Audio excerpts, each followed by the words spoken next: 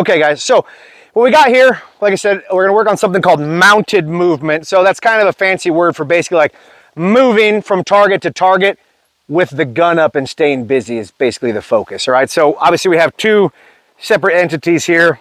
So, and we'll do this a bunch dry before we do it live so we get better work, but also so we know what we're doing. So the basics of this are gonna be, you're going to draw, you're gonna hit steel,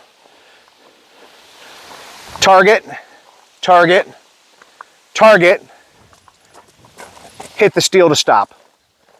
Pretty simple, right? This side will be the same thing. They're not exactly the same array. So this will be draw, hit steel, target, target, target, steel. Okay, it's not very complex, but what we really want to work on this is you keeping the gun up. And like I said, is doing all of your work through the gun. Does that kind of make sense? And I'll just kind of like, I'll dry demo some ways that this can work.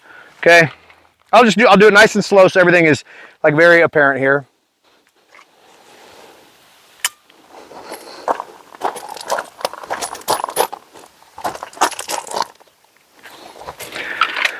Okay. What do you think about that one? Gun stayed up, my feet stayed busy, did all my work through the gun. Pretty simple, right? This is what it will probably look like for some of you guys.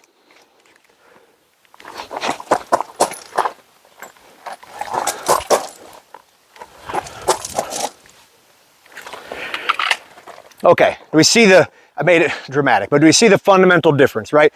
And I kind of demonstrated over there. Every time you bring the gun down, the gun has to come back up. It costs you some amount of time.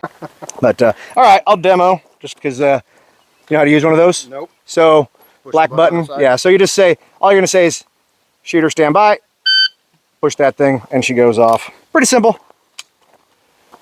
Load and make ready? Yeah, yeah.